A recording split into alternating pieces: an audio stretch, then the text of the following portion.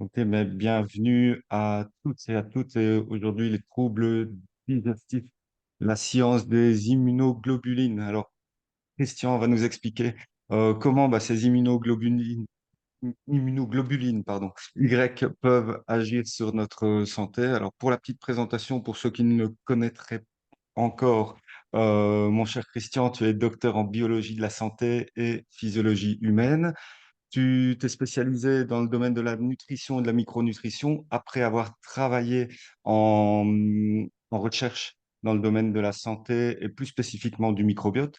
Et tu es également formateur auprès de BFM.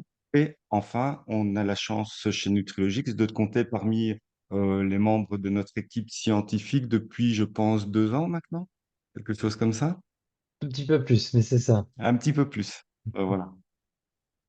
Et je te donne la main pour commencer cette soirée. Ok, eh bien parfait.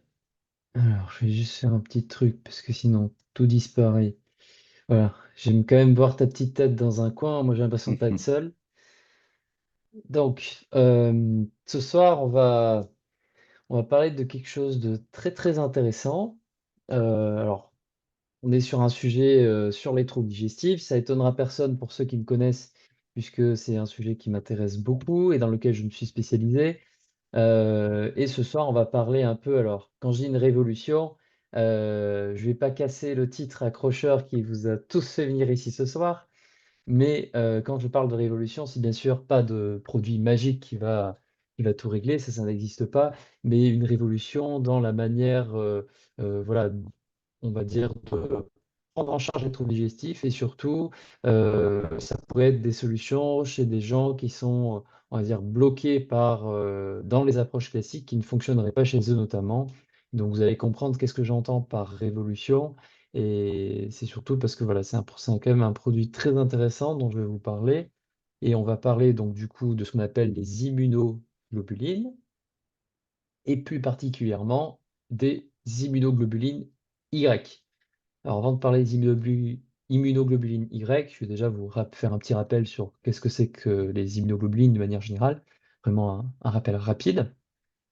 Alors, les immunoglobulines, c'est l'autre nom, c'est aussi anticorps. Donc, ça, tout le monde connaît ce nom-là.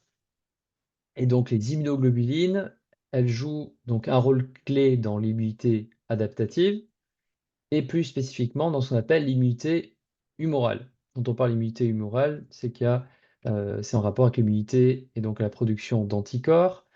Ces anticorps ou immunoglobulines, ce sont des protéines glycosylées, d'accord, qui sont produites par les lymphocytes B, soit à leur surface, certaines, vous allez voir, peuvent être à la surface des lymphocytes B, soit elles sont sécrétées sous forme soluble, donc on va le retrouver dans le sérum notamment, par les plasmocytes, qui sont des lymphocytes B différenciés. Et donc chez les mammifères, dont l'homme fait partie, on retrouve généralement 5 types d'immunoglobulines. Donc on a les IgM, les IgG, les IgA, les IgE. Donc ça, normalement, vous les connaissez, toutes celles-là. Et les IgD, on en parle un petit peu moins. Vous verrez aussi que c'est parce qu'on connaît un petit peu moins de choses aussi là-dessus. En tout cas, dans le sérum, chez l'humain, on a plus ou moins 80% d'IgG, hein, c'est la grande partie des immunoglobulines. On a plus ou moins 15% d'IgA.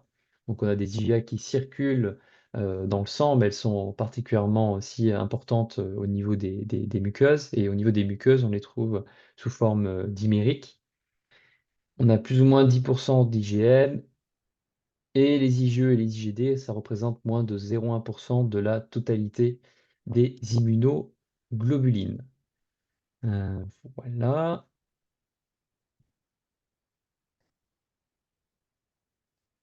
Pourquoi ça passe pas? C'est bon.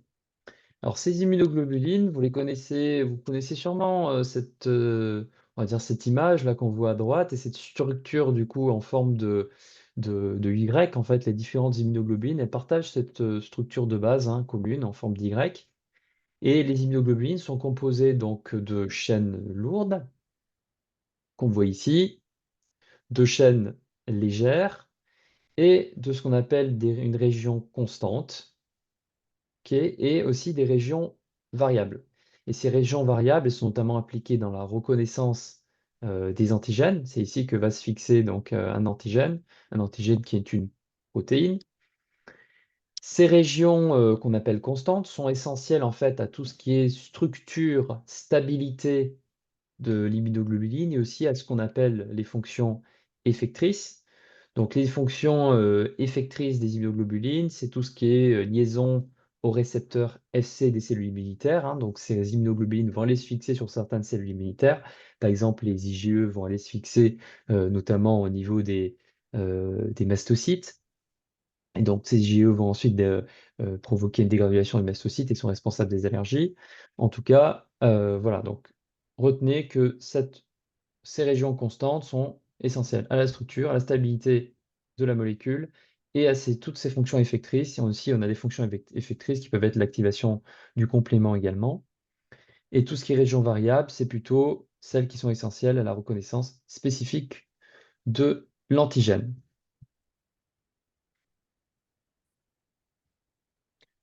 Donc, ce qui se passe aussi, c'est que en fait, ces immunoglobulines, une fois qu'elles se fixent à un antigène, donc cet antigène, on va prendre l'exemple d'un pathogène, hein, un virus ou une bactérie, en fait, ça va ensuite venir stimuler certaines cellules effectrices du système immunitaire, et notamment, ça va aller activer les macrophages, par exemple, et donc du coup, ça va permettre la phagocytose de l'agent pathogène. C'est-à-dire que notre immunoglobuline reconnaît un pathogène, elle se fixe dessus, elle va ensuite aller activer certaines cellules du système immunitaire, et par exemple, dans le cadre des macrophages, ça va permettre de venir internaliser, phagocyter l'agent pathogène.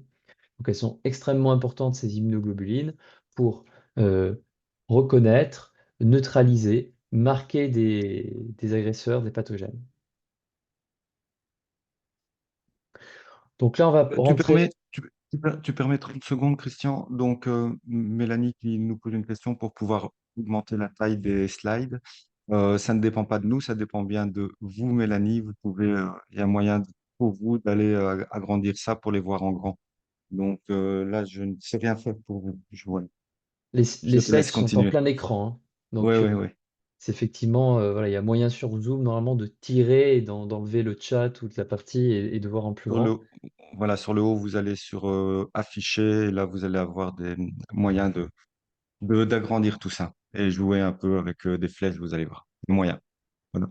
Je te laisse. Alors, concernant le rôle des différentes immunoglobulines. Donc, on a 5 types d'immunoglobulines. Les IgM. Ces IgM, vous les voyez ici, elles ont une structure pentamérique, en fait, donc composée de 5 parties. Ces IgM sont responsables de ce qu'on appelle la réponse primaire. Elles ont un rôle très important dans l'activation du complément. Elles vont activer le complément de manière beaucoup plus importante que les IgG, par exemple. Elles ont aussi un rôle dans la neutralisation initiale des pathogènes. Vous connaissez sûrement cette courbe. Ça, c'est par exemple quand on chope pour la première fois un virus. On va prendre l'exemple de l'EBV qui est très connu. Donc on va avoir initialement lors du premier contact avec un antigène viral, on va avoir une sécrétion d'IgM qui va ensuite laisser place à des IgG et ces IgG sont donc du coup les immunoglobulines qui vont aussi faire partie de la mémoire du système immunitaire. Donc ces IgG, elles vont avoir plutôt un rôle dans l'activation plus efficace de notamment la phagocytose, donc ça va activer plutôt les macrophages et les neutrophiles. Donc là, ça va moins activer le complément que les IgM. Ces IgG sont plutôt impliqués dans tout ce qui est réponse secondaire et dans tout ce qui est mémoire également. Et aussi, il faut savoir, peut-être vous ne le saviez pas, que ces IgG-là traversent le placenta, contrairement aux IgM qui sont bien trop volumineux, on voit un petit peu la taille. Et donc, du coup, ces IgG, c'est aussi ce qui vient protéger le fœtus et donc va passer dans le placenta. On a aussi les IgA, donc les immunoglobulines A. Elles ont une forme dimérique quand elles sont dans les sécrétions, tout ce qui est salive, muqueuse, comme la muqueuse intestinale. Quand elles sont dans le sang, elles sont sous forme de monomères. Ces IgA sont extrêmement importantes. Elles ont un rôle de défense des muqueuses intestinales, des voies respiratoires, des voies également urogénitales. Donc au niveau intestinal, on parle des IgA sécrétoires. D'ailleurs, vous savez sûrement qu'on peut les doser dans les selles. Certains laboratoires proposent le dosage des IgA sécrétoires, ce qui permet d'avoir une information sur la quantité d'IgA qui sont sécrétés au niveau intestinal. On a ensuite les IgE, ça aussi, normalement, vous les connaissez bien, puisque ces IgE vont rentrer dans la médiation de tout ce qui est réaction allergique, mais aussi défense antiparasitaire, hein. Les IgE sont impliqués dans les défenses antiparasitaires et particulièrement des helminths, hein, donc sur les parasites extracellulaires, les vers, en quelque sorte. Et ces IgE sont médiés donc par la voie qu'on appelle TH2, par les réponses TH2. Ces IgE vont venir se fixer sur les mastocytes et les basophiles, et notamment en se fixant sur les mastocytes, ça va engendrer leur dégranulation, libération de plein de médiateurs, notamment d'histamine. Donc c'est ça qui est responsable des réactions allergiques. Les réactions allergiques sont médiées par les IgE. On a aussi, bon, je vous ai parlé un petit peu des IgD, peut-être vous connaissez moins. Donc celles-là, on les trouve plutôt, elles ne sont pas vraiment sécrétées, on les trouve à la surface des cellules B, hein, de lymphocytes B. Elles ont un rôle encore, je ne sais pas forcément mal défini, on leur prête plusieurs rôles, mais du moins, il y a un peu moins de données, on va dire, là-dessus. On sait que pour avoir un rôle dans le développement et la différenciation des lymphocytes B, dans la modulation de réponse immunitaire, mais voilà, ce sont des immunoglobulines un peu plus spécifiques. Ça ne veut pas dire qu'elles ne sont pas d'intérêt, mais on a un petit peu moins de données là-dessus. Je vais vous faire un petit zoom là sur trois fonctions biologiques des immunoglobulines qui sont extrêmement importantes. Et là, je parle des immunoglobulines d'une manière générale. Ces immunoglobulines sont notamment capables d'avoir une réponse protectrice sur les cellules de l'hôte. Elles ont par exemple il y a un rôle protecteur des IgA sécrétoires sur la muqueuse intestinale. Par exemple, ces IgA sécrétoires qui sont sécrétés dans les bières intestinales vont venir se fixer sur certains pathogènes, que ce soit des bactéries, des champignons comme le candida et autres. Ils vont permettre vraiment euh, d'agir comme une protection, en fait, de protéger cette muqueuse intestinale notamment. C'est pour ça que c'est important d'avoir un niveau suffisant de dégâts sécrétoires. Ces immunoglobulines ont des effets antimicrobiens directs contre les bactéries pathogènes notamment, ou la flore fongique. Elles ont aussi cette capacité de neutraliser la fixation des bactéries ou même de virus aux récepteurs des cellules de l'hôte, donc un effet de neutralisation. Et il y a aussi un effet de neutralisation du coup de toxines également. Là, je vous ai pris un exemple, donc pour ceux qui connaissent bien le SIBO, ça va vous parler de la toxine anti-CDTB, hein, la cytolétale distancing toxine B, qui est produite par certaines bactéries comme les salmonelles, Campylobacter jejuni, certaines E. coli par exemple. Et donc cette toxine euh, qui est produite par certaines bactéries et va intervenir dans les intoxications alimentaires et provoquer certains symptômes, elles peuvent être neutralisées par certains anticorps. Et comme vous savez, des fois ce qui se passe, c'est que quand une personne a une intoxication alimentaire, on a des anticorps, donc anti-CTP, qui sont créés, et des fois, il y a des petites erreurs qui peuvent être faites. On a un anticorps qui est un petit peu déviant et qui va plus bien reconnaître la CDTB, mais qui va reconnaître une protéine du soi qu'on appelle la vinculine. Et c'est pour ça qu'il y a un lien entre l'intoxication alimentaire et le SIBO, et parce qu'il peut y avoir des anticorps anti-vinculine qui viennent attaquer la vinculine, qui est une protéine qu'on retrouve dans la muqueuse intestinale, proche des cellules interstitielles de Cajal notamment, et ça peut venir altérer ensuite le bon fonctionnement euh, de l'intestin et notamment du complexe moteur bilan. Donc en résumé, immunoglobuline, action protectrice sur les cellules de l'autre, effet antimicrobien, neutralisation de toxines. Et maintenant que vous savez un petit peu quels sont les rôles généraux en fait, des immunoglobulines, on va parler maintenant des IgY. Donc on va changer, on va passer de l'homme euh, au, euh, aux, euh, aux poules, notamment. Donc, ces immunoglobulines Y, je ne sais pas si vous en avez entendu déjà parler, mais en tout cas, alors c'est quelque chose qui est connu depuis très longtemps, hein. Vous voyez que on a donné ce nom d'IGY en 1969, hein, c'est par Leslie et Clem qui ont suggéré que le principal anticorps sérique des poules, qu'on désignait avant comme des IgG, en fait, était différent des IgG de mammifères et ont voulu l'appeler les IgY. Donc, comme toutes des fois, première théorie ou première information qu'on donne, elle a été décriée, mais finalement, il s'avérait qu'ils avaient raison. Et donc, du coup, on s'est rendu compte ensuite, il y a eu différentes découvertes hein, chez d'autres vertébrés non mammifères, comme les amphibiens, les reptiles. Et on a découvert qu'en fait, ces amphibiens, ces reptiles euh, et certains oiseaux euh, avaient des anticorps qui étaient bien des IgY, hein. On a vu que leur structure était un petit peu différente que celle des IgG, IgE humaines, même si elles partageaient des points communs. Et c'est pour ça, du coup, on leur donnait un autre nom, on les appelait des IgY. Il faut savoir que les données donc phylogénétiques ont confirmé que les IGY, en fait, ce sont l'ancêtre évolutif commun des IgG et des IgE. Donc, il y a d'abord eu les IGY, et ensuite sont apparus dans l'échelle d'évolution les IgG et IgE. Donc, ces immunoglobulines Y, c'est le principal anticorps qui est présent chez les oiseaux, et notamment dans le sérum et le jaune d'œuf des poules, hein. On le retrouve dans le sérum, mais aussi le jaune d'œuf. Et on retrouve aussi ces GY chez certains reptiles, amphibiens. Et donc, on voit voilà, que sur l'échelle de l'évolution, on a d'abord eu les IGY qui ensuite ont, on va dire, quelque sorte donné naissance. Il y a eu il y a eu à un moment donné dans l'évolution on va dire une différence qui s'est créée. Donc, du coup, chez les mammifères, on a eu des IgG, alors que les IGY sont voilà, plutôt retrouvés chez euh, d'autres types de, comment dire, d'animaux comme les reptiles et les oiseaux. Donc, fonctionnellement, on dit que l'IGY, c'est l'homologue aviaire de notre IgG. Et donc, ces IgY, c'est intéressant puisque, en fait, les poules, lorsqu'elles sont immunisées, lorsqu'elles rencontrent un antigène, elles vont produire des IgY contre cet antigène-là. Et cet antigène-là, en fait, ces IgY-là vont se retrouver, vont se concentrer dans le jaune d'œuf. Et ça fournit, en fait, une immunité qu'on appelle passif à la progéniture. On va voir maintenant un petit peu quelles sont les différences structurales et aussi du coup de propriétés biologiques entre les IgG humaines de mammifères et les IgY. Donc là, on voit tout de suite que on voit une différence très facilement là sur ce schéma entre les IgG et les IgY. Donc là, les IgY sont un peu plus quand même massives que les IgG, hein. Les IgY vont faire environ 180 kDa, alors que les IgG humaines, plutôt 150 kDa. Ces Y vont posséder 4 domaines constants, on les voit ici en vert, hein, donc sur la chaîne lourde, alors qu'il n'y en a que 3 pour les IgG. Il y a une région qu'on appelle la région charnière, qui est appelée ici Hinged Region. Elle est beaucoup plus courte ici, en fait, pour les IgY, et elle est plus importante sur les IgG.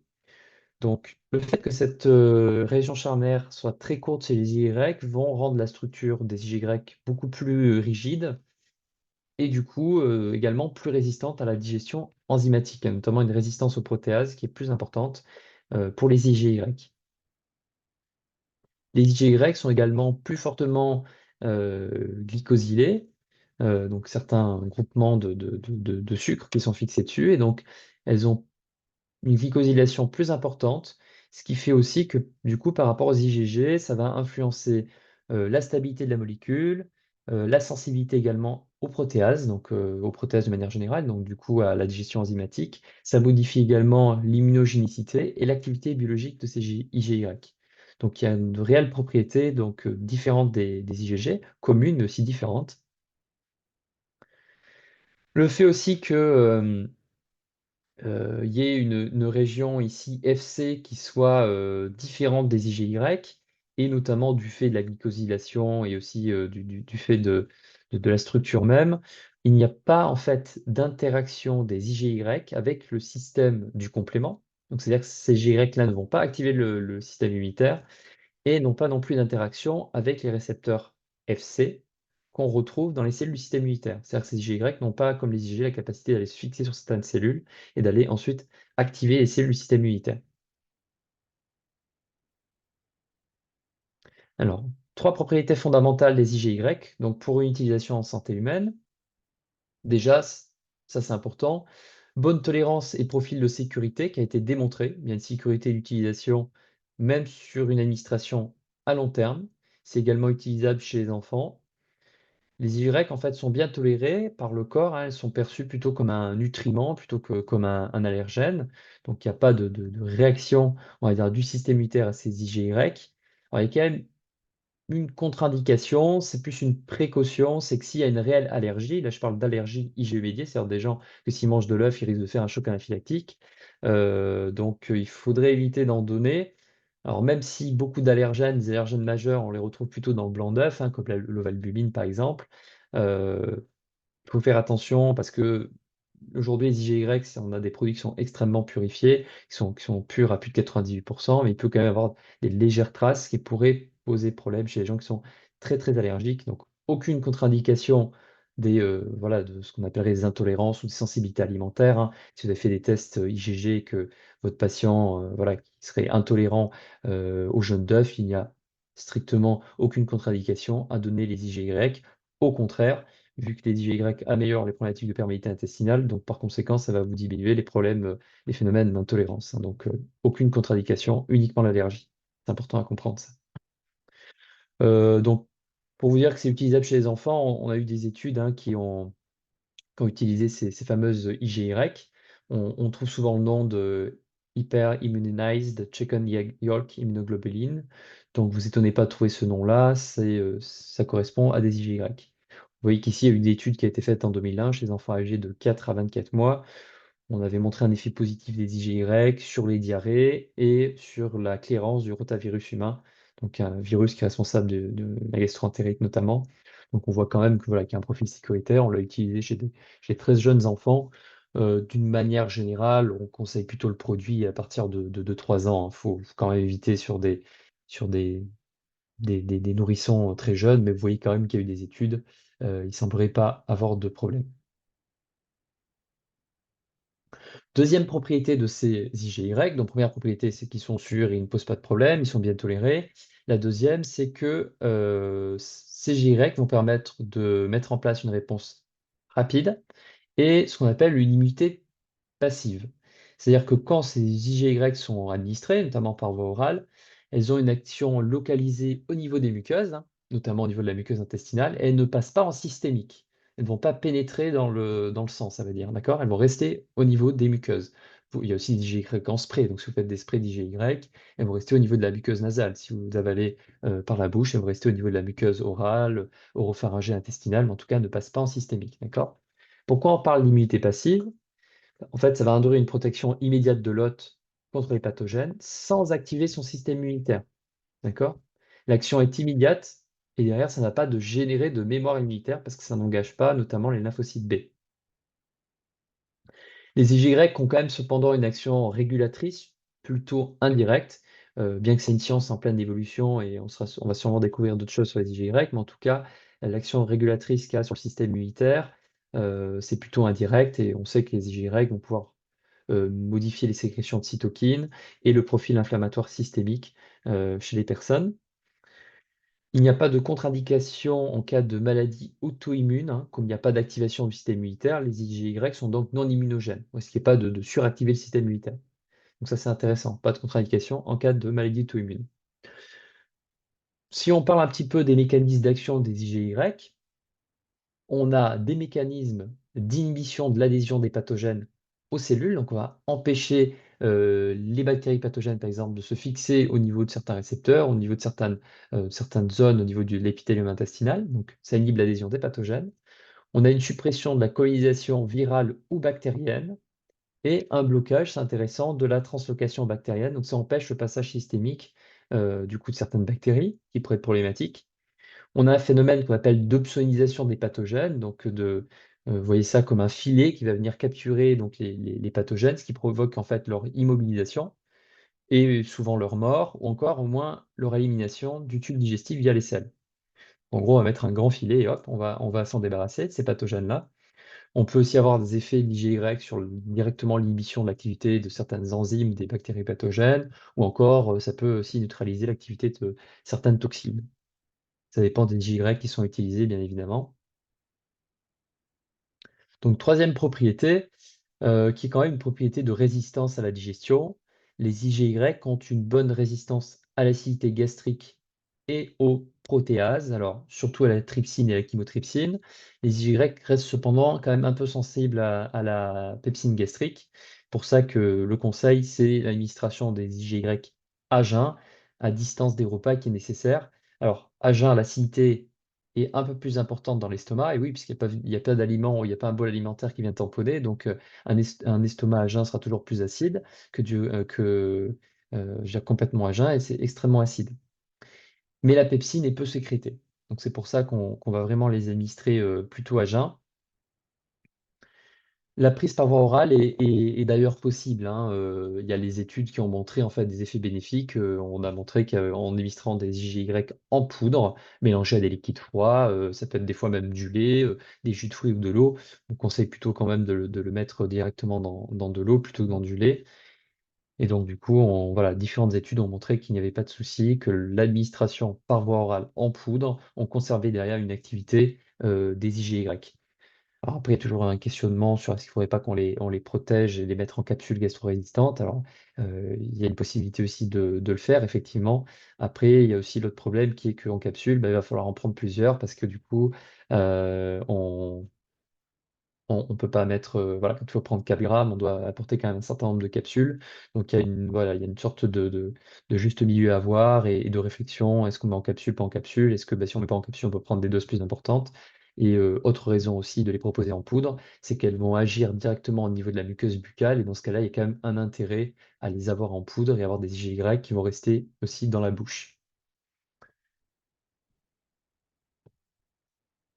Donc, les IGY conservent leur activité biologique jusqu'à 6 mois à température ambiante quand vous les conservez et peuvent être stockés plus de 5 ans à 4 degrés sans dégradation significative. Donc, elles sont quand même plutôt stables. Donc, sur le plan fonctionnel, je vous l'ai dit, l'IGY reste généralement active dans une large gamme de pH, hein, de 3,5 pH extrêmement acide à 11, un pH plus basique. L'IGY est assez résistante à l'inactivation par la trypsine et la chymotrypsine, donc les enzymes pancréatiques, mais elle est dégradée par la pepsine. Et cette dégradation, bon, bah, elle dépend aussi du pH et du ratio enzyme-substrat. Les données sur la demi-vie des IGY sont relativement quand même limitées. On sait que dans les études humaines, on a détecté des IGY actives dans la salive jusqu'à 12 heures après administration par voie orale. Donc quand même, on a une persistance assez longue de ces IGY au niveau de la sphère buccale. On a moins de données chez l'homme de la persistance au niveau digestif, mais bon, vous me direz ce qui est le plus important, c'est d'avoir des études qui montrent surtout que ça marche avec des effets positifs. Si les études montrent que ça marche avec des effets positifs, c'est que ces IGY sont censés du coup être actives au niveau intestinal, sinon ça ne marcherait pas. Chez les porcelets nouveau-nés, on a des données sur la demi-vie dans le tractus gastro-intestinal, et cette demi-vie des IGY sera en moyenne de 1,73 heures. Donc, la durée de vie, du coup, peut vous paraître relativement courte dans le tractus gastro-intestinal, mais ce n'est pas nécessairement une grosse problématique, puisque comme j'expliquais, on cherche un effet d'immunité passive et donc du coup un effet plutôt immédiat et assez rapide de neutralisation des pathogènes. Et en plus, on a possibilité de fractionner la dose dans la journée, de donner en 2 ou 3 fois. Et donc du coup, on s'en franchit un peu de cette problématique d'effet qui serait assez court. Alors, on va maintenant rentrer un peu plus dans le détail des IGY et de cette fameuse immunité passive. Déjà, ben voilà, comment ça se passe chez la poule? Donc, durant la formation de l'œuf, en fait, les IGY, elles sont naturellement transférées dans le jaune d'œuf, hein, depuis le sérum. On a un récepteur spécifique qui est au niveau de la surface de la membrane du jaune d'œuf qui permettent de transférer ces IGY en circulation chez la poule directement dans le jaune d'œuf. Ensuite, un peu plus tard, donc lors de la migration de l'œuf dans l'oviducte, on va avoir des IgA et des IgM qui sont déposés dans le blanc d'œuf. Et donc, du coup, à la fin, on se retrouve avec un œuf qui contient des IgA et des IgM dans le blanc, et puis dans le jaune, ces fameuses IgY. Donc voilà comment ça fonctionne chez la poule. C'est pour ça qu'ensuite, après, on va extraire en fait de l'œuf de la poule, dans le jaune, ces fameuses IgY qui nous intéressent. Donc, immunité passive, donc du coup, pour parler d'immunité passive avec les IgY, il faut parler d'immunité active. C'est quoi l'immunité active? Bah, c'est l'immunité qu'on connaît tous, notamment lorsqu'on fait voilà, une vaccination. Soit l'hôte a été en contact direct avec le pathogène, on a attrapé un virus, et derrière on développe une immunité active, soit ben, du coup on génère cette immunité active en réalisant par exemple une vaccination qui permet de développer des anticorps. Donc là c'est le système immunitaire de l'hôte et c'est l'hôte lui-même qui développe des anticorps, qui développe une mémoire aussi derrière. Et donc ces anticorps vont pouvoir voilà, neutraliser le pathogène. C'est le but de la vaccination, c'est lors du contact ultérieur avec le pathogène de pouvoir avoir déjà des anticorps présents qui permettent de le neutraliser. L'immunité passive, ben, c'est l'exemple avec les IgY. Donc là, ces immunoglobulines vont provenir d'une autre source. Ici, en fait, on immunise des poules. On va leur administrer soit des bactéries inactivées, soit des fragments bactériens. Et on va obtenir derrière des IgY, alors dirigés contre un seul, par exemple, pathogène, on va parler de ça d'anticorps monoclonal, ou si c'est contre différents pathogènes, on parlera d'anticorps polyclonaux. Donc on peut immuniser la poule contre un seul pathogène ou contre plusieurs. Donc ça aussi, c'est intéressant.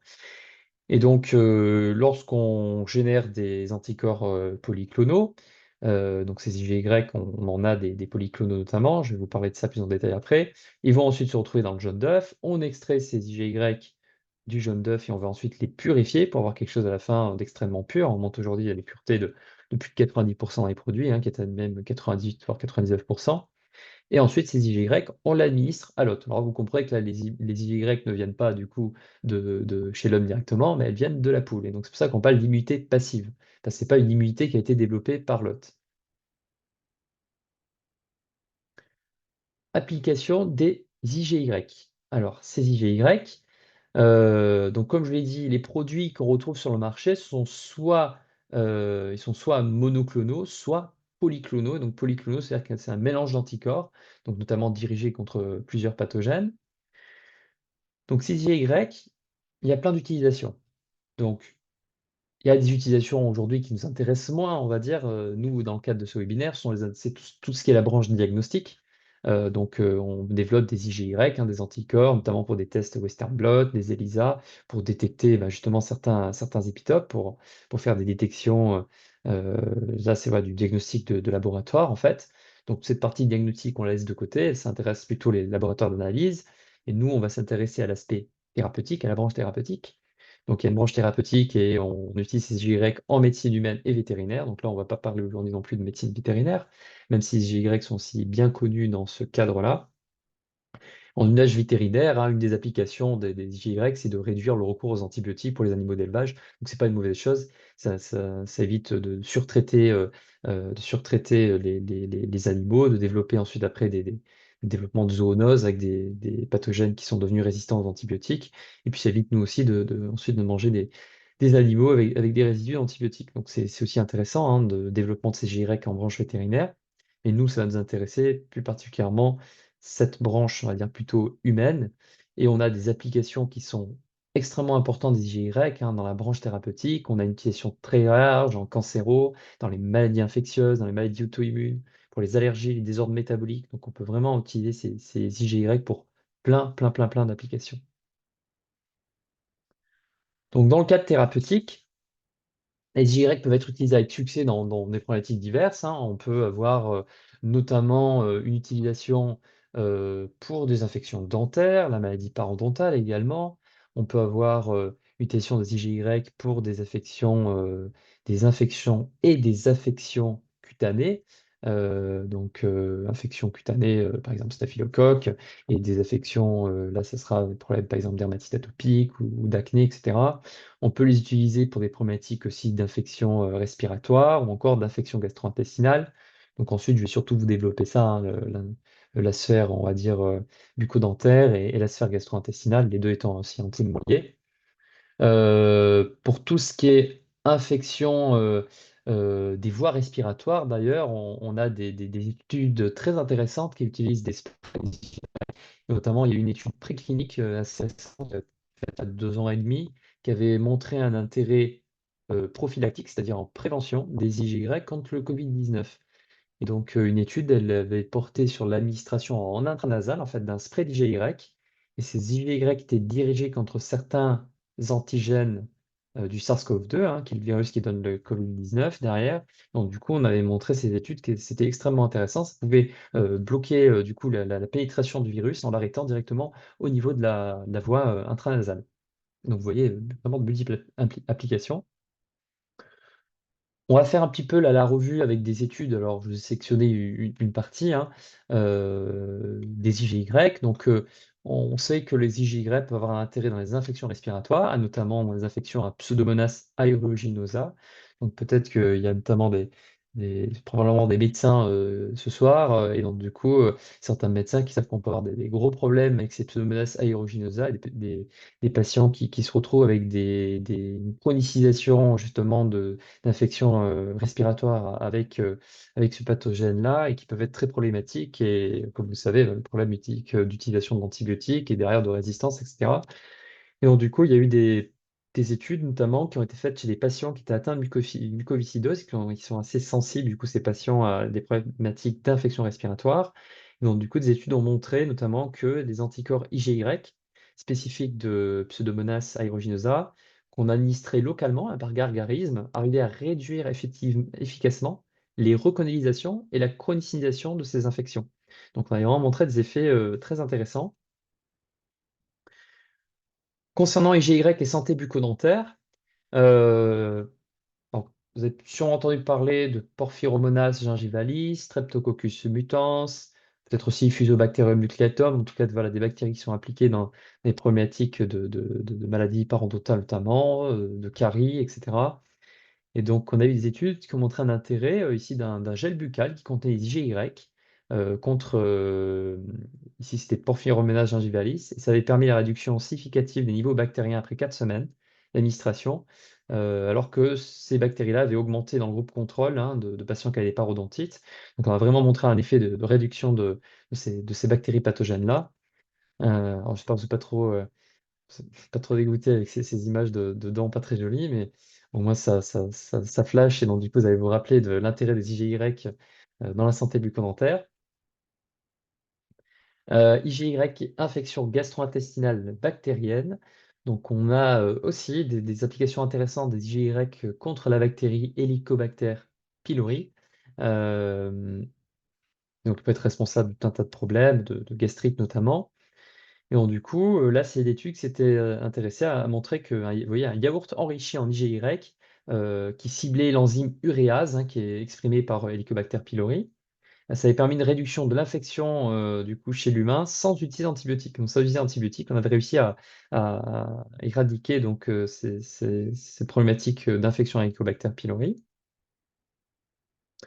On a aussi des études qui montrent un intérêt dans les infections, d'autres types d'infections gastro-intestinales bactériennes. Et là, on parle vraiment d'infections à certaines souches pathogènes hein, de coli, notamment des E. coli entérotoxinogènes ou des E. coli entérohémorragiques, hein, comme la souche O157H7. Hein, on a pas mal d'études dessus. Donc, du coup, on a des effets intéressants, vraiment de protection, même en prophylaxie, c'est-à-dire que lorsqu'on administre ces IGY et qu'ensuite, alors ça, on ne le fait pas chez l'humain parce que c'est pas éthique, on ne va pas administrer des E. coli entérohémorragiques à un humain. Bon, du coup, on le fait chez l'animal. Et donc, quand on fait ça chez l'animal, on a un effet prophylactique, c'est-à-dire qu'en administrant les IGY, on a une réduction derrière des risques d'installation de ces pathogènes-là et donc de développement de problèmes. On a aussi des IGY qui peuvent avoir un intérêt pour les infections fongiques. Alors, il existe sur le marché hein, certains IGY qui sont dirigés contre, pas du coup ici des bactéries, mais plus des problématiques fongiques. Vous voyez ici, il y a eu une étude qui avait montré, notamment, là, c'était chez des souris immunodéprimées, que l'administration orale d'IGY avait réduit significativement le nombre de colonies de Candida albicans et les lésions de la langue, hein, parce qu'on avait une candidose buccale. Ils avaient carrément aussi empêché la dissémination de la candidose vers d'autres organes, notamment au niveau du système digestif. Ici, c'était chez l'homme, hein, chez des personnes âgées qui étaient atteintes de candidose buccale. Et donc, l'administration pendant un mois d'un gel oral qui contenait des IgY contre Candida albicans avait vraiment permis de réduire cette colonisation buccale donc chez les personnes âgées atteintes de candidose. Donc là, je vous ai présenté vraiment les IGY d'une manière générale.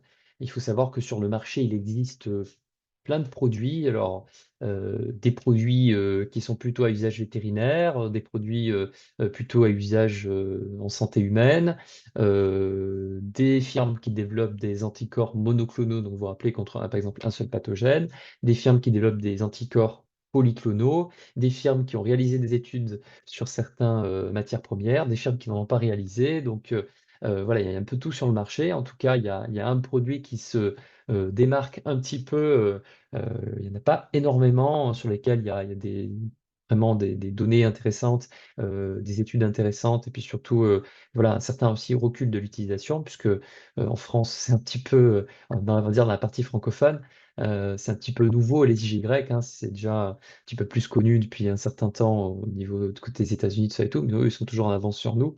Donc moi, évidemment, ma connaissance des IGY vient de nos amis, on va dire, américains, si je puis dire. Et donc, du coup, je vais vous parler là d'une matière première, d'un produit qui s'appelle IGY Max. Donc, je vais vous présenter ce produit. C'est une poudre d'IGY en fait qui est purifiée et produite par une société qui s'appelle IGY Nutrition. Et on obtient ce produit en fait en vaccinant des poules contre un large panel de 26 bactéries intestinales humaines indésirables. Donc il y a une sélection de bactéries fréquemment impliquées dans des équilibres du microbiote ou des infections digestives ou des problèmes aussi au niveau de la sphère orale. Et donc cet IGY Max, il est aujourd'hui alors, désolé, il manquait un petit morceau. C'est la source IGY la plus complète disponible à ce jour, qui couvre vraiment un spectre très large de bactéries et grammes négatifs et grammes positifs. Alors là, vous avez la liste des bactéries ciblées par IGY Max. Vous voyez qu'avec un produit, on va quand même cibler 26 pathogènes, c'est pas rien. Donc on a un ciblage. On a un ciblage notamment euh, de tout ce qui est salmonelle, Shigella, euh, d'autres bactéries comme Propionibacterium acnes, vous avez peut-être entendu parler de cette bactérie-là, Streptococcus mutans, Streptococcus pyogenes également, qui peut être responsable aussi on trouve sur la peau, il peut être responsable aussi de pharyngite notamment, E. coli, Klebsiella, donc ça on en reparlera un petit peu plus en détail après. Streptococcus mitis, Streptococcus sanguinis. Donc, je vais vous détailler un petit peu plus ces bactéries-là ensuite.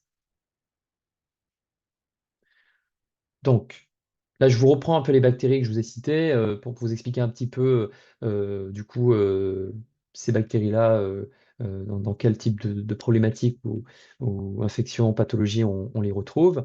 Donc, Streptococcus pyogenes, elles peuvent être impliquées notamment dans les angines streptococciques, hein, notamment cette fameuse pharyngite. Donc, là, c'est plutôt dans le cadre de la sphère ORL. Dans le cadre de la sphère gastro-intestinale, ben, Salmonella enteritidis et Typhimurium ou encore Shigella dysenteriae. Là, ce sont des bactéries pathogènes qui peuvent être responsables de gros soucis gastro-intestinaux.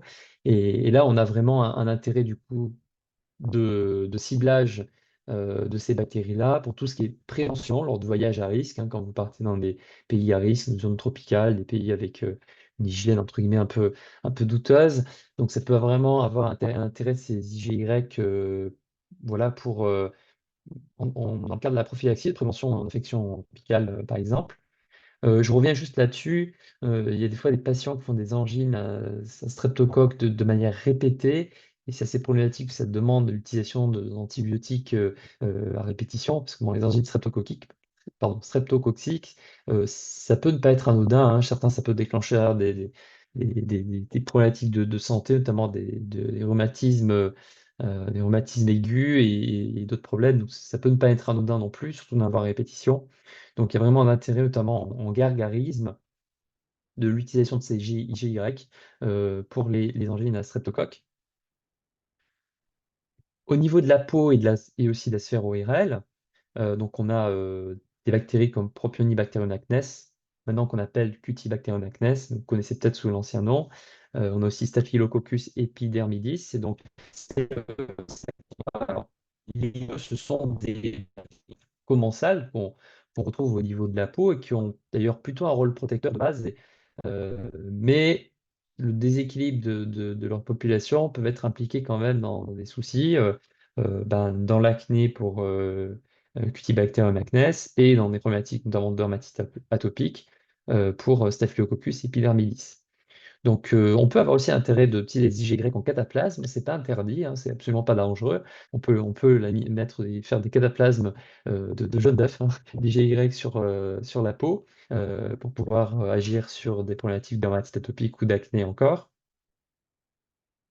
Pour la sphère buccale, le GY max peut être très intéressant pour rééquilibrer la flore buccale et lutter contre les problématiques de carie dentaire et la parodontite, notamment bah, pour agir sur Streptococcus mutans, Streptococcus sanguinis ou encore Streptococcus mitis, qu'on appelle maintenant Meteor.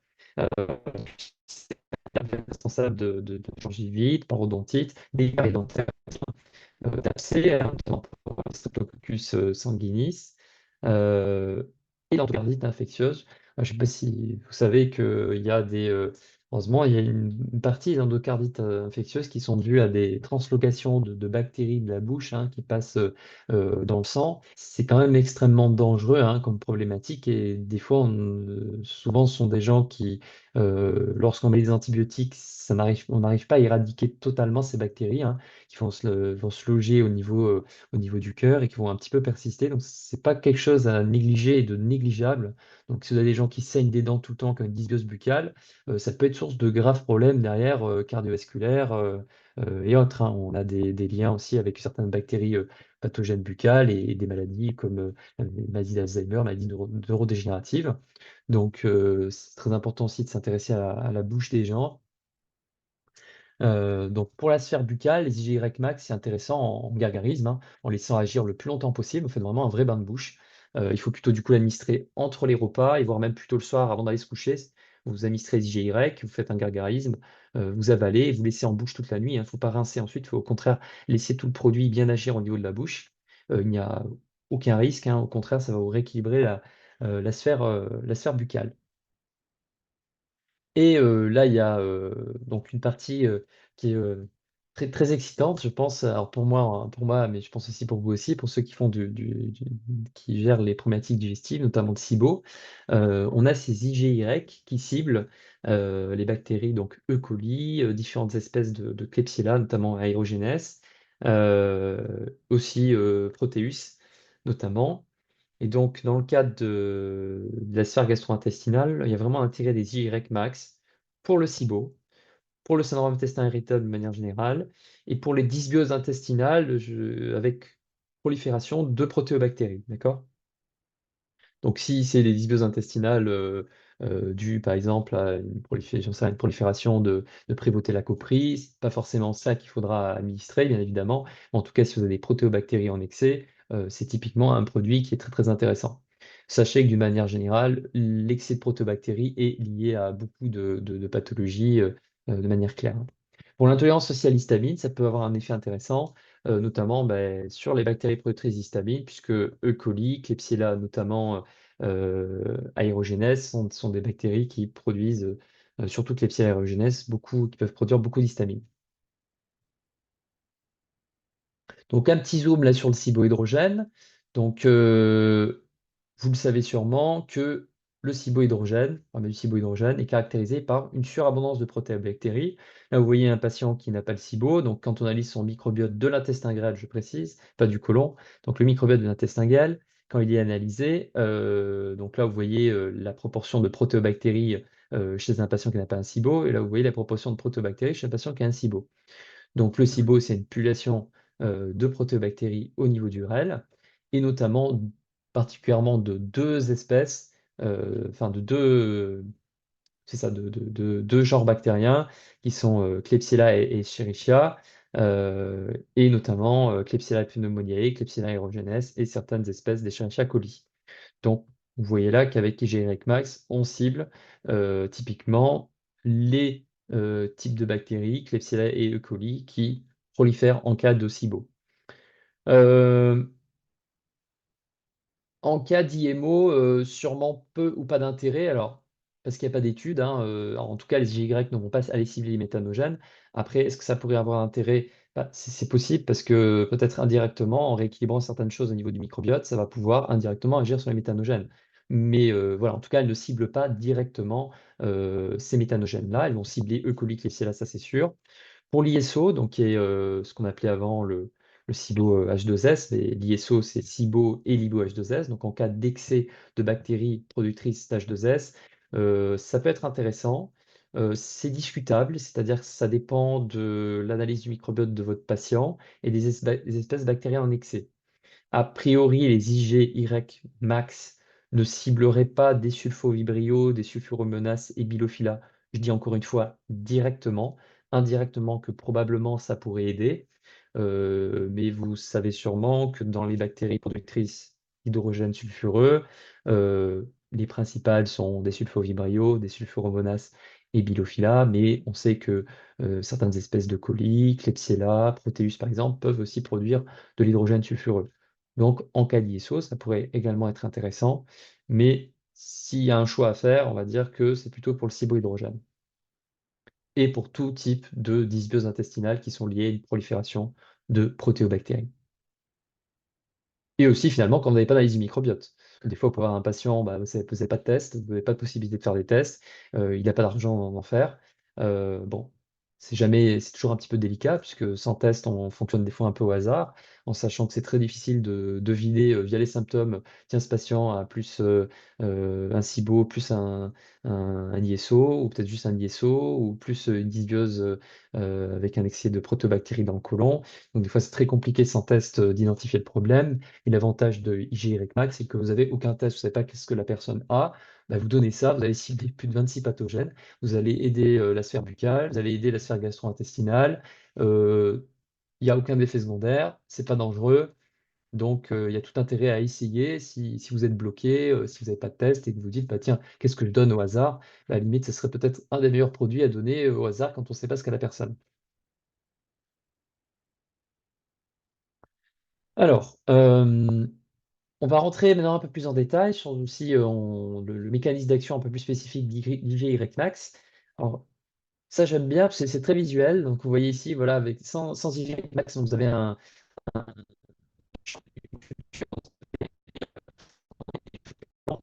petit peu de dent qui vient pousser. Max, du coup, on a les bonnes pousses qui peuvent s'étendre sans souci. Donc, IGY Max, comme je vous l'ai dit, et je vous le rappelle ici, ça cible 26 pathogènes humains communs.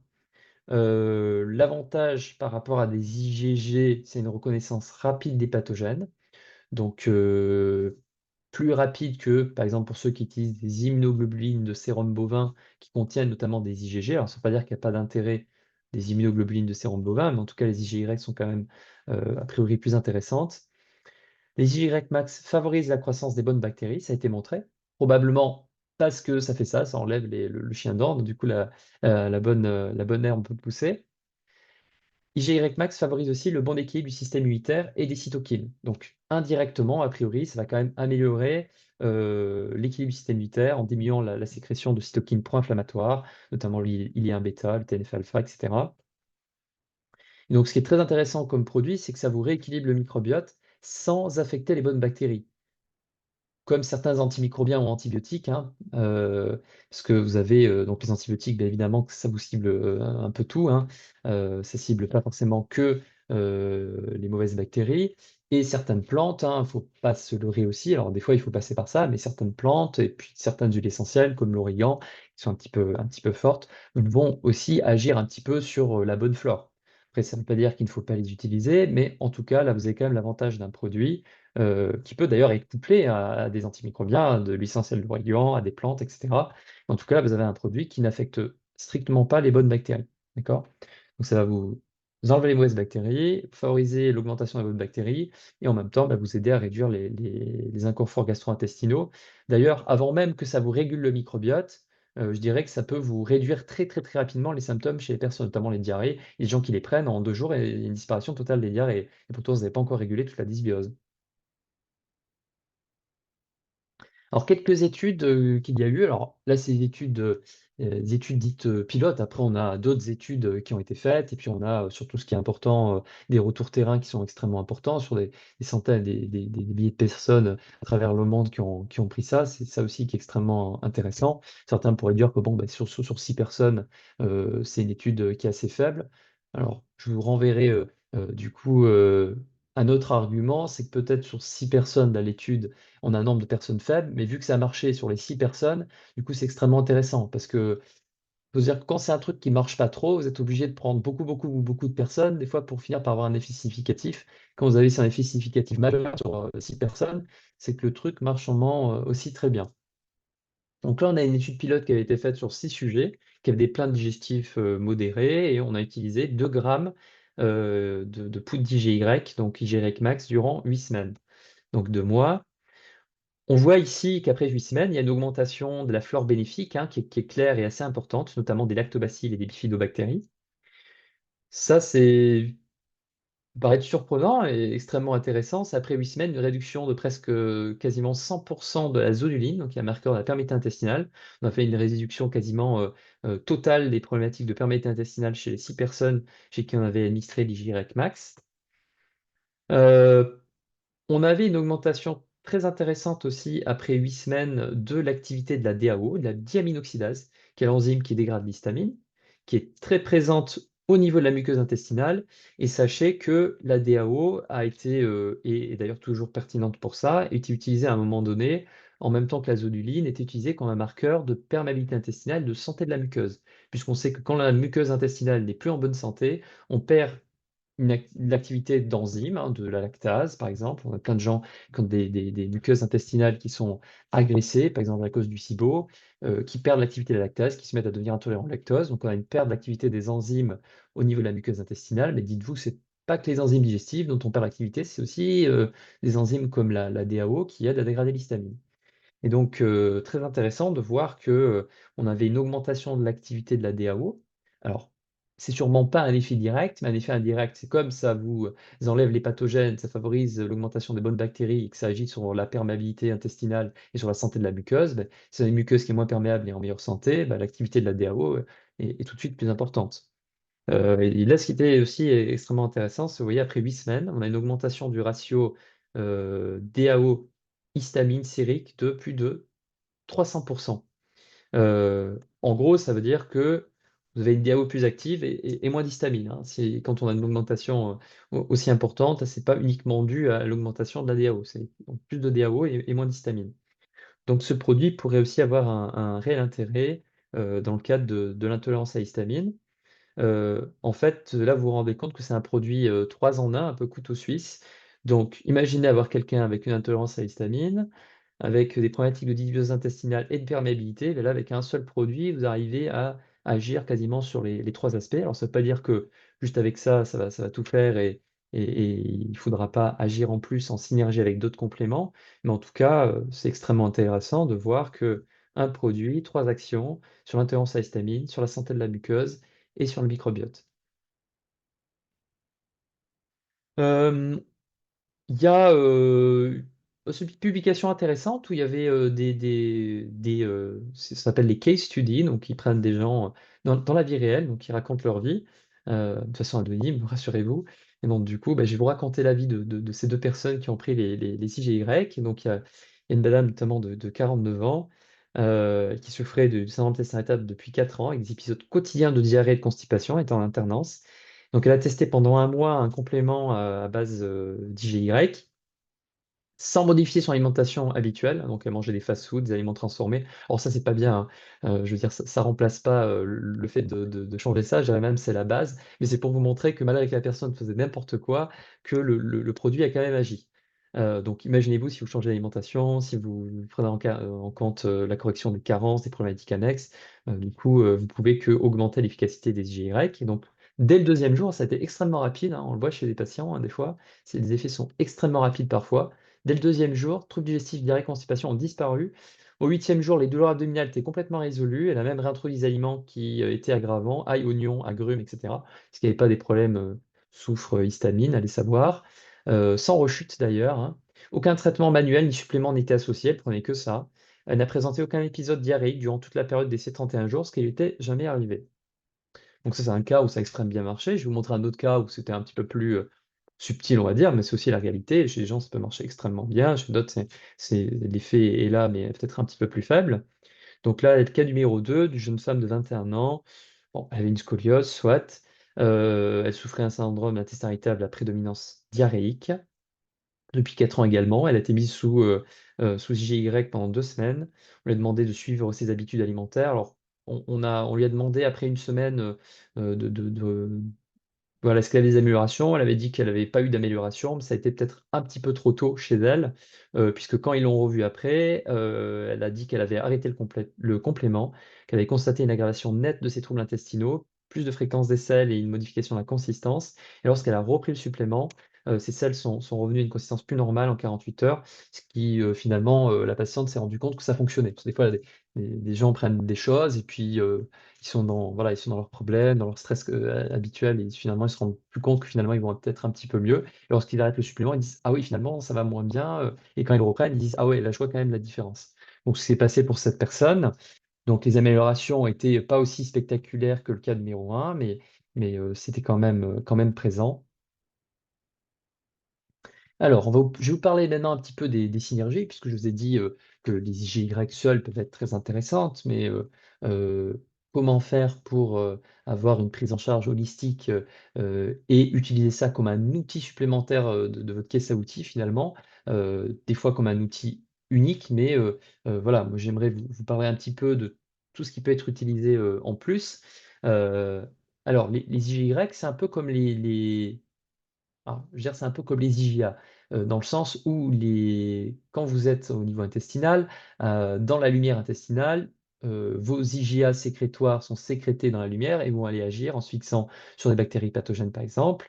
Et les IGY, vu qu'elles sont administrées par voie orale et qu'elles ne passent pas en systémique, vont elles aussi agir du coup dans la lumière intestinale. Et à l'intérieur de la muqueuse, c'est plutôt les IgM et IgG qui vont agir.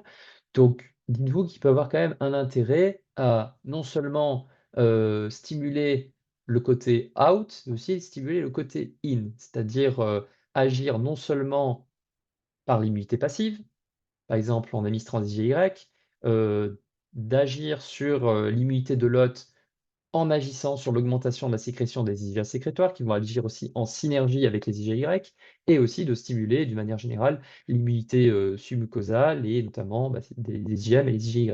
Ces IgM et IgY interviennent une fois que les pathogènes ont pu potentiellement passer la barrière intestinale. Donc, il faut essayer de les bloquer hein, à ce niveau-là. Donc, d'où l'intérêt des IgY et aussi de favoriser au maximum les IgA. On est toujours plus efficace en prévention, hein. Euh, c'est un peu comme le château fort, hein. On est d'accord que c'est pas parce que vous avez une belle garnison de chevaliers derrière.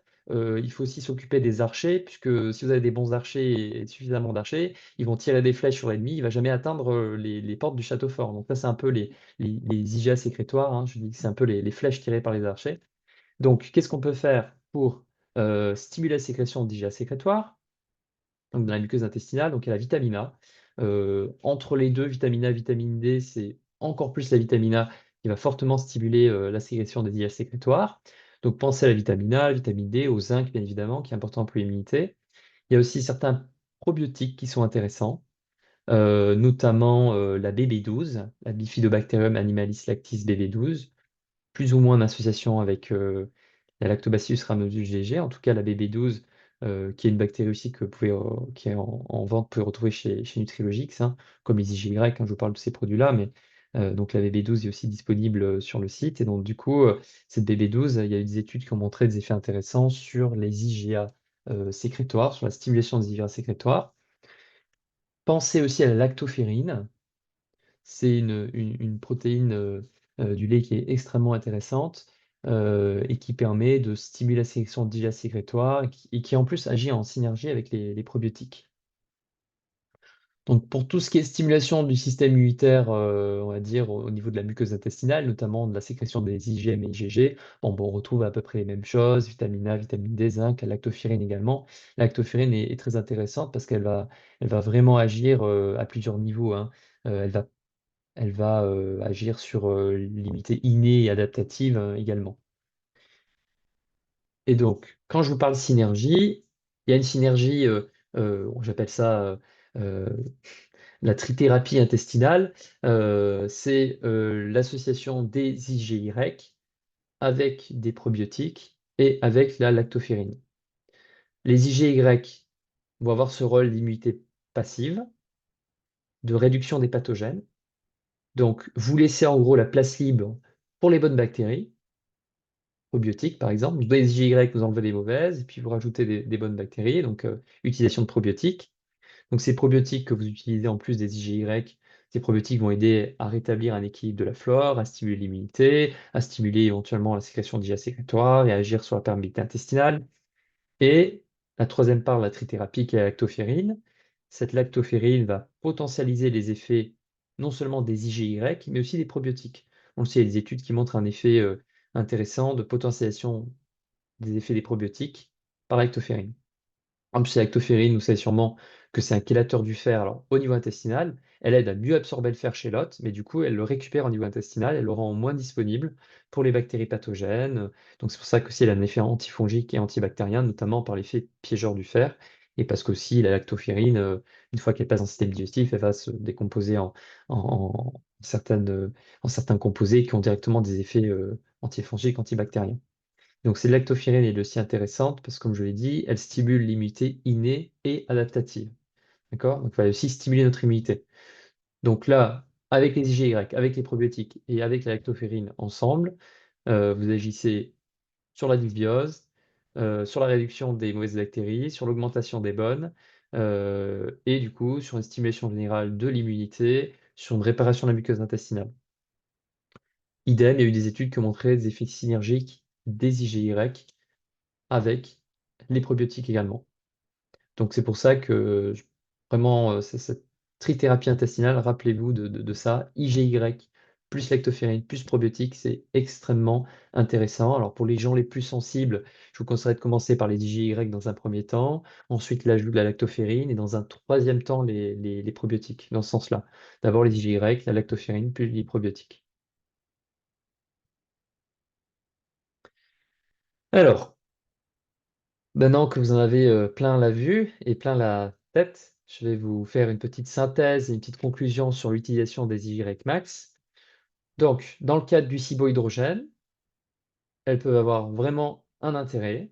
Dans le cadre du syndrome intestin irritable, d'une manière générale, mais plutôt de type D, donc diarrhée ou mixte, un peu moins dans le cadre du SI de type D, de type pardon, C, donc constipation. Alors, encore une fois, c'est là si vous basez juste sur les symptômes. Si vous avez une analyse du microbiote chez quelqu'un de constipé qui vous montre plein de protéobactéries, avec de l'E. coli, Klebsiella, etc., bien sûr, utilisez les IgY max. Ça, c'est vraiment plus sur les symptômes. C'est vrai qu'il y a plus d'études qui semblent montrer que les IgY max ont un effet très rapide d'ailleurs sur les réductions, voire l'arrêt total des diarrhées chez les gens. Donc c'est pour ça que je vous dis que dans le cadre du SI, c'est plutôt intéressant dans le type D ou mixte, mais c'est absolument pas contre-indiqué chez quelqu'un qui serait constipé. D'accord? Intolérance à l'histamine avec dysbiose intestinale, je précise bien. Donc ça aussi, ça pourrait être intéressant. Dysbiose de la flore buccale, caries, parodontite, gencives qui saignent, etc. Donc très intéressant aussi CGY pour la flore buccale, vraiment très intéressant. Prophylaxie lors de voyages à l'étranger, quand vous avez des patients qui ont déjà chopé des intox alimentaires, des problèmes, tout ça et tout, peut-être pas déconnant d'éviter qu'ils n'en rechopent pas, puisque une des premières causes de SIBO, c'est l'intoxication alimentaire. Donc, moins on a, plus on a une intoxication alimentaire, plus on a des risques d'en avoir une nouvelle, il faut savoir. Hein. Donc, il faut faire vraiment attention à ça. Après, vous pouvez aussi le prendre pour vous. Hein. Si vous partez en voyage quelque part, vous n'avez pas envie de choper la tourista, ben, du coup, je vous conseille d'utiliser notamment les IGY Max. Donc pour les personnes, c'est là où ça devient extrêmement intéressant. Et quand je disais révolution, bah, ça va peut-être être aussi une solution pour certaines personnes. Pour les gens qui sont très sensibles, qui ont des problèmes d'activation mastocytaire, des intolérances salicylates, phénol, où la prise de phyto, de plantes est impossible, parce que salicylate, les phénols, on a partout dans les plantes. L'origan, qui est l'huile essentielle de l'origan, qui est antimicrobien puissant et vraiment très efficace et intéressant, bah, et carvacrol, c'est un phénol dedans. Donc des gens qui sont extrêmement sensibles à ces molécules-là, ben, vous trouvez des fois bien embêtés parce que ben, vous ne pouvez pas donner de plantes, ils sont hautement réactifs à tout, et en fait, vous vous retrouvez les mains croisées en disant ben, comment je vais faire pour réguler la dysbiose de ces personnes-là, vu que je peux donner aucune plante, aucun antimicrobien, rien n'est toléré, ne tolère pas les salicylates, ne tolère pas les phénols, ne tolère pas ci, ne tolère pas ça. Ben, les IGY, ce n'est pas des salicylates, ce ne sont pas des phénols, ce sont des immunoglobulines tirées du jaune d'œuf. Elles n'ont pas d'effet allergène, allergisant, elles n'activent pas le système immunitaire. Donc, compatibilité sur l'activation mastocytaire ou des problématiques vraiment de haute sensibilité, ben là, elle est parfaite. Problème de peau aussi, hein, pensez-y, acné, dermatite atopique, hein, ça peut être très intéressant, et notamment sur la voie cutanée en cataplasme. Il y a des études, alors je ne les ai pas détaillées ici parce qu'il y a tellement de trucs sur les GY qu'on ferait y rester pendant 3 heures. Donc j'essaie quand même de vous donner surtout l'aspect sur les pathologies digestives. Euh, on a des études qui montrent chez le sportif, donc chez les gens sains, hein, sportifs sains, que ça peut avoir vraiment un effet, ces GY, et les IGY max particulièrement, sur la performance physique et la récupération musculaire. On avait on a fait des dosages sportifs chez qui on administrait IGY, on voyait une augmentation de l'hormone de croissance et de l'IGF-1, donc qui a priori a un effet intéressant anabolique. Alors, bien sûr, c'est pas, c'est tout à fait pour les sportifs, le produit est IGY Max, et vous verrez, vous allez vous renseigner auprès du fabricant, c'est labellisé comme étant un produit non dopant, hein. D'accord? Donc, les sportifs n'ont pas de problème à utiliser ça, même si c'est un effet sur l'hormone de croissance et l'IGF-1. Alors, bien évidemment, ça n'a pas les effets attendus, comme si quelqu'un se faisait des injections, hein. D'accord? Bon, là, ça, c'est autre chose. Intérêt pour l'inflammation systémique. On a des études qui ont montré une réduction de la CRP-US ultra-sensible, donc de la micro-inflammation chez les gens qui prennent des IGY max, et aussi des effets intéressants sur la santé cardiovasculaire. On avait une modulation des lipoprotéines sériques, des taux de cholestérol, etc. Donc, on voit que finalement, ces IGY max, on n'est pas à l'avenir, c'est pas la fin des surprises. Voilà, c'est ce que je voulais dire.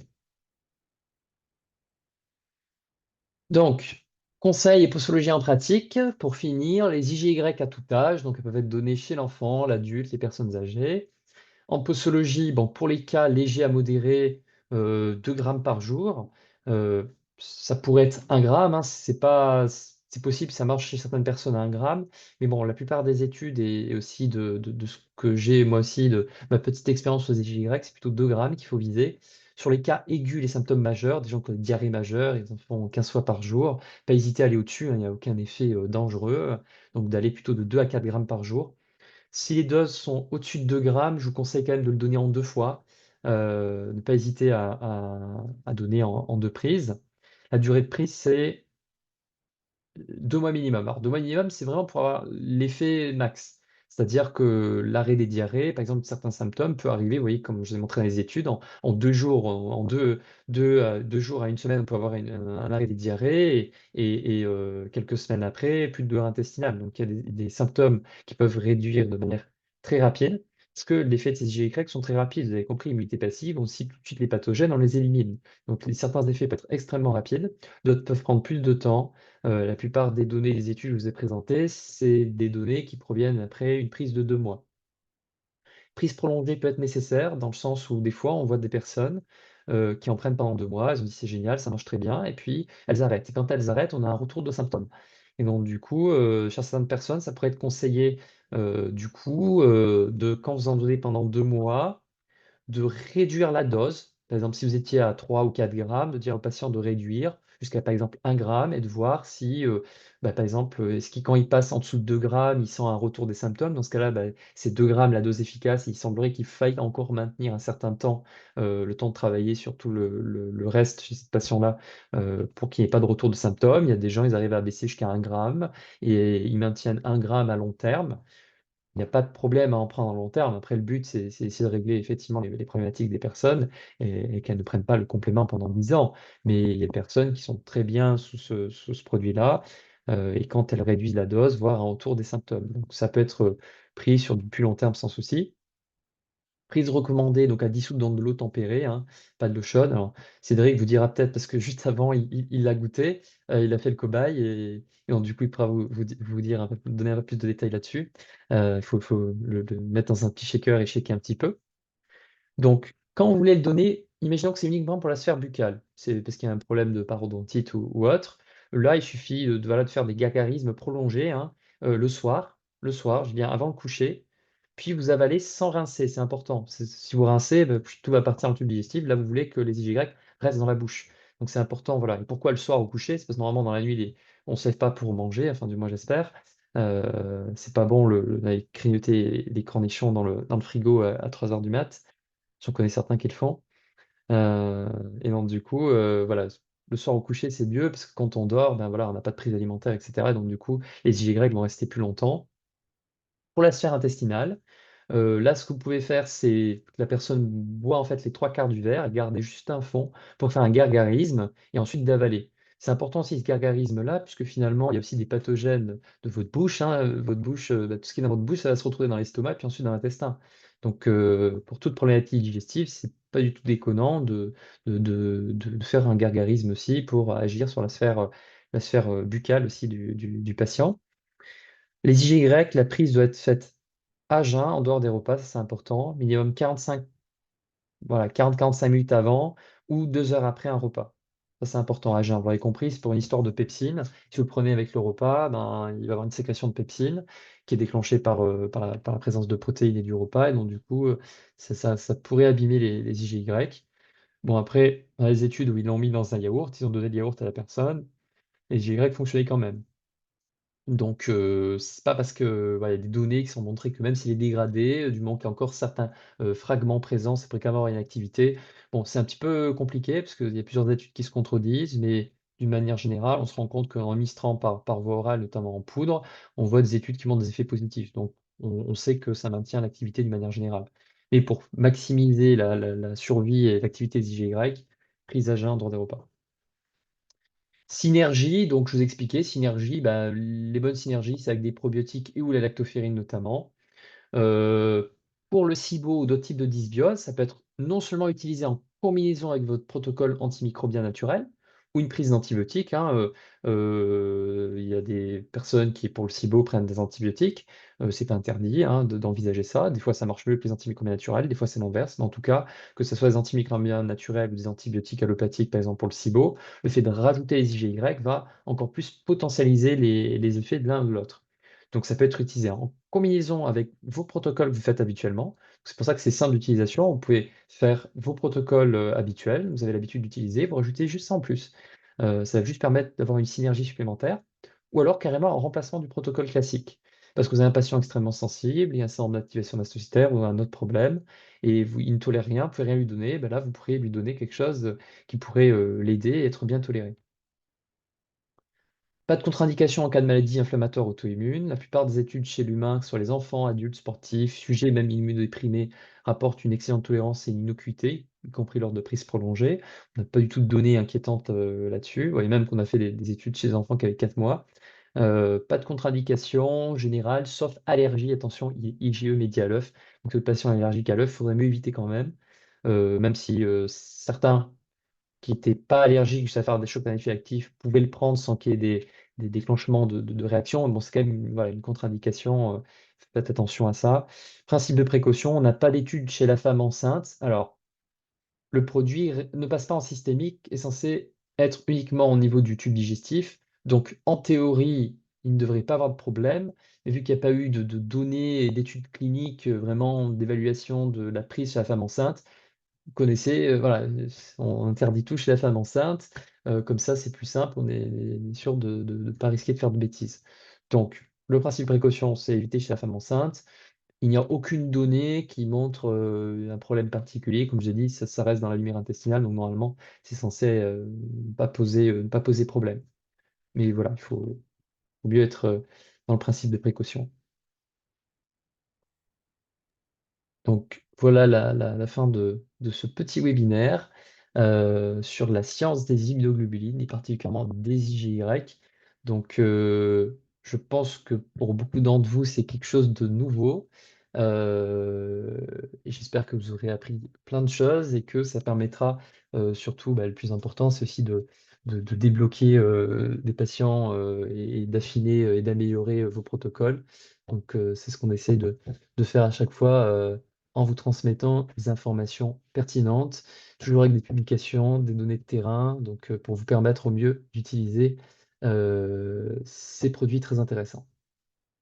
Merci beaucoup, Christian. Et oui, effectivement, tout à l'heure, je suis vite parti de mon bureau pour pouvoir goûter pour la première fois ce produit, pour pouvoir vous parler du goût, simplement parce que c'est une question qui revient quand même très souvent quand il y a des produits en poudre. C'est de pouvoir savoir si on va pouvoir le proposer sur du long terme à nos patients ou bien s'ils vont être vite dégoûtés. Et en toute honnêteté, ça goûte légèrement l'œuf, mais très peu. Il faut bien le checker, à mon avis, parce que ça fait quand même des petits grumeaux. Donc, simplement la cuillère, c'est un peu moins sympa, à mon avis. Ça reste un peu calé. dans le dentier. Mais voilà, donc il suffit de le checker et c'est très, très correct au niveau du goût. Euh, Je pense alors, qu'il faut probablement oui, probablement le shaker sur du. oui, c'est Alors, faut ça, oui. éviter enfin, peut-être pas du liquide trop froid. Il faut pas que ça soit chaud aussi, je précise, hein. Il faut pas que ça soit un truc Mhm. bouillant. C'est pas une infusion, donc pas un liquide trop chaud. Plutôt liquide tempéré, hein, tiède, hein. Ça peut aider à mieux dissoudre, je pense aussi la poudre. Et bien shaker et laisser reposer.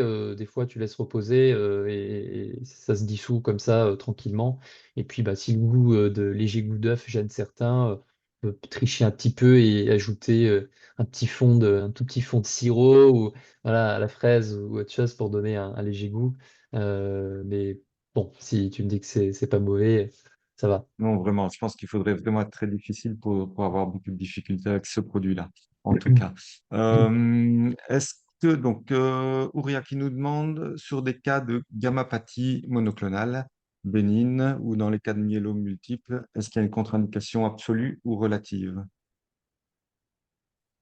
Les IgY vont rester uniquement dans la lumière intestinale, donc sur le principe, je ne vois pas de contre-indication Mhm. particulière pour ça. Ce ne sont pas des produits qui passent en systémique, qui restent juste au niveau de la muqueuse intestinale. C'est important ça, hein, en fait, hein.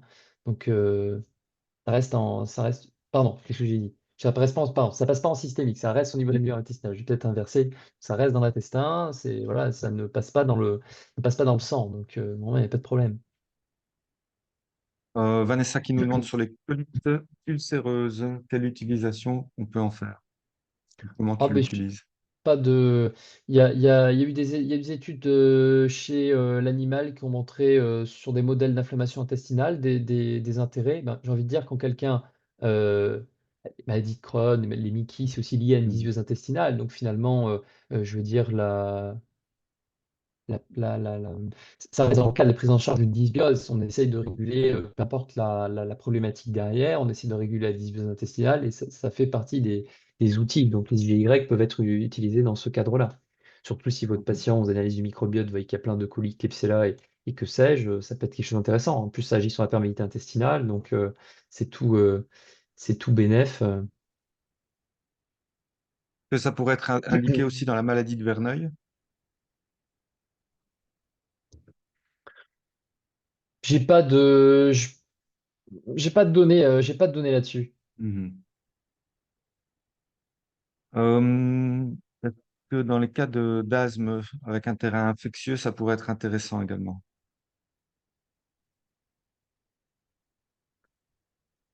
Sur l'asthme, directement non, mais indirectement oui, parce qu'on sait qu'il y a aussi ce qu'on appelle un homing de cellules immunitaires, donc c'est-à-dire certaines cellules immunitaires qui sont activées ou même de l'inflammation localisée au niveau intestinal. On a l'impression que ça reste uniquement au niveau de l'intestin. En fait, non, il y a des cellules immunitaires de l'intestin qui vont migrer ailleurs, il y a des cytokines qui vont circuler et activer à distance d'autres choses. Donc, d'une manière générale, sur de l'asthme, si vous aidez à réguler. Dysbiose chez quelqu'un, il peut avoir des effets extra-digestifs sur des problèmes d'allergie, sur des problèmes d'asthme. Donc, en tout cas, il n'y a aucune contre-indication sur l'utilisation pour l'asthme, hein. Euh, donc, Sybille qui nous demande si les pathogènes mutent constamment, comment un même IgY peut être efficace? Est-ce qu'il ne faudrait pas fabriquer ça en fonction des mutations? Non. Ah, il mute constamment. Attention, ça c'est surtout beaucoup les virus qui mutent, mais il y a des zones qui sont dites conservées. Donc, parce que sinon, dans ce cas-là, on serait embêté.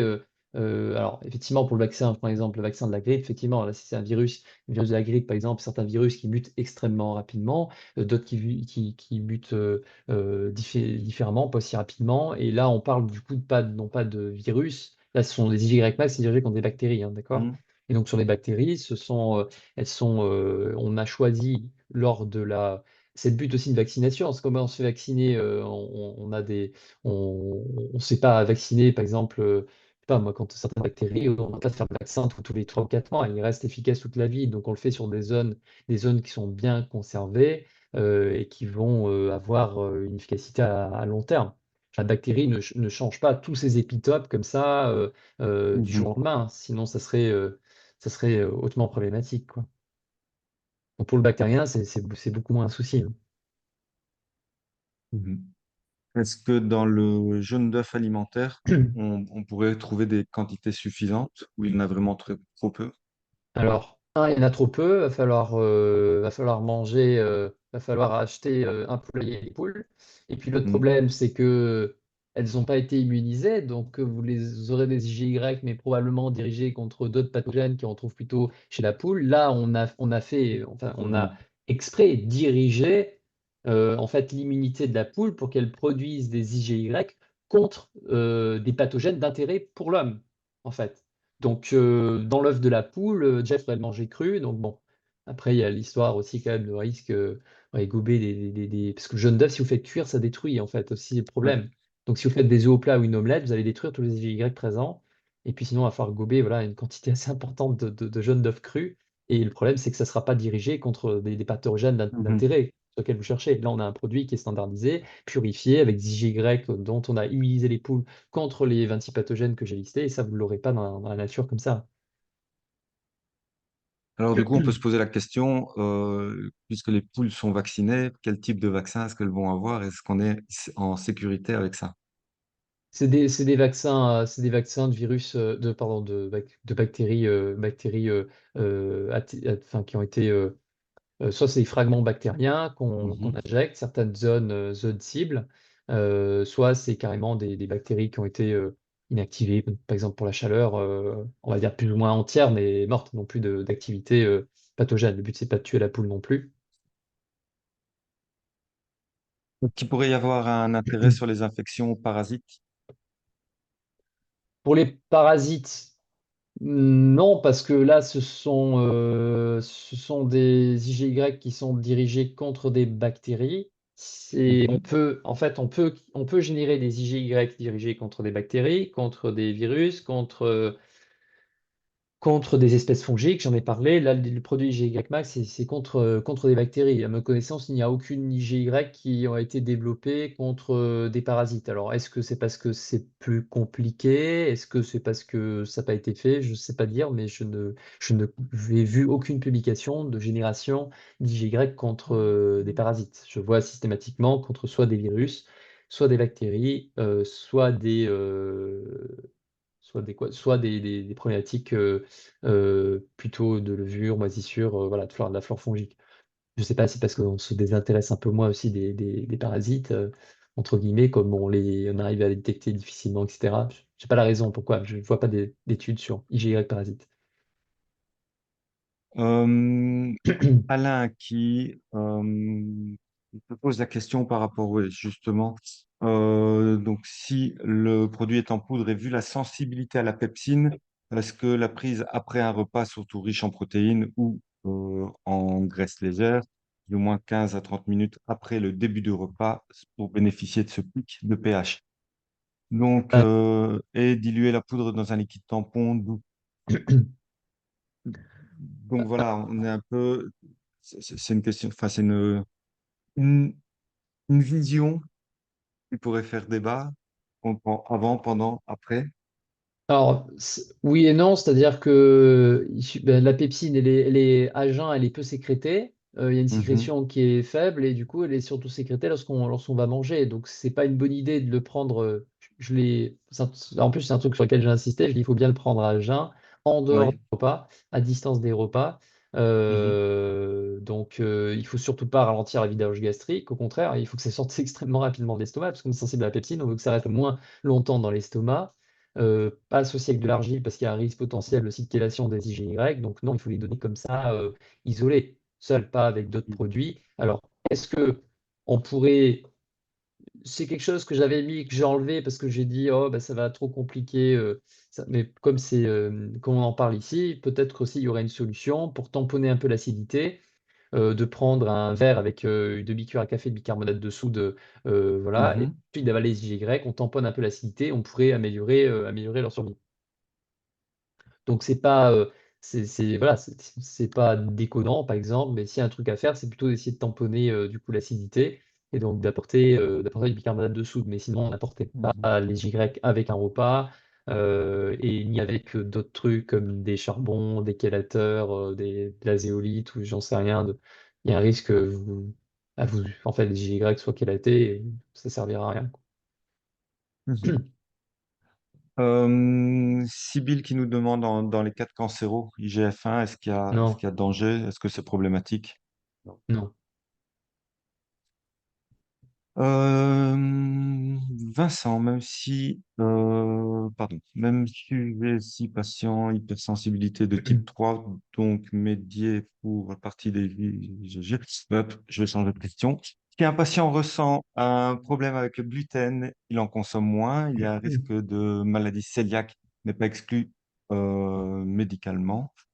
Y a-t-il un risque d'augmenter ses IgA, transglutaminase, par exemple? Ça va pas nécessairement. En améliorant en fait, en améliorant aussi la perméabilité intestinale, on améliore aussi toutes ces problématiques. Enfin, dans la maladie cœliaque, ce qui pose aussi problème, c'est ce problème de perméabilité finalement, et de pénétration des antigènes. Donc, il y a pas de contre-indication pour la maladie cœliaque, des IgY en tout cas. Et pour les fameuses intolérances alimentaires, j'ai expliqué que ce n'est absolument pas une contre-indication de donner les IgY, qui sont non immunogènes. Elles vont améliorer la perméabilité intestinale. Donc, de toute manière, nous améliorerons ces problématiques d'hypersensibilité voilà, de type 3, comme c'est dit, et qu'on y croit, Mhm. qu'on n'y croit pas. Il y a un débat là-dessus, mais ça, c'est autre chose.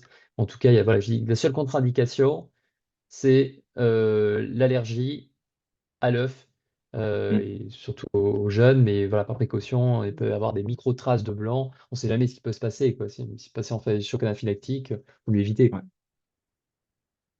Et dernière question, je passe à la dernière question. Est-ce qu'il y a un intérêt dans les cystites chroniques ou les infections urinaires régulières? Oui, bah, il y a un lien clair Il y entre a la le lien dysbiose, qui se fait. Ouais, ouais. entre les problématiques dans l'intestin et puis les problématiques au niveau du tractus voilà, urogénital et puis tractus urinaire. Et donc, du coup, comme on a vu que les IgY agissent notamment sur E. coli, Klebsiella, ça fait partie concomitamment des pathogènes Mhm. peuvent être impliqués dans l'infection urinaire. Donc, il n'y a aucun souci en cas de cystite. C'est absolument pas contre-indiqué en tout cas, et ça ne peut que aider. D'accord. Eh bien, Christian, merci beaucoup pour toutes ces indications. Merci à vous tous d'être restés jusqu'à maintenant. N'oubliez pas que la semaine prochaine, donc le mardi 29, je serai avec Pierre Van Vaudor pour vous parler des TDAH, pardon. Donc, on se retrouve la semaine prochaine. Demain, vous recevrez dans 24 heures, donc demain à 19h30, vous recevrez le lien pour ce replay. Je vous enverrai en même temps le lien pour pouvoir vous inscrire pour la semaine prochaine. Et je vous dis au revoir à tous. Je vois des gens qui nous quittent, qui sont à La Réunion. Eh bien, bisous de Belgique, de France et de France. Je vous souhaite une très belle soirée à tous et à toutes et à très bientôt. Salut Christian, merci beaucoup. Bonne soirée, au revoir à tout le monde.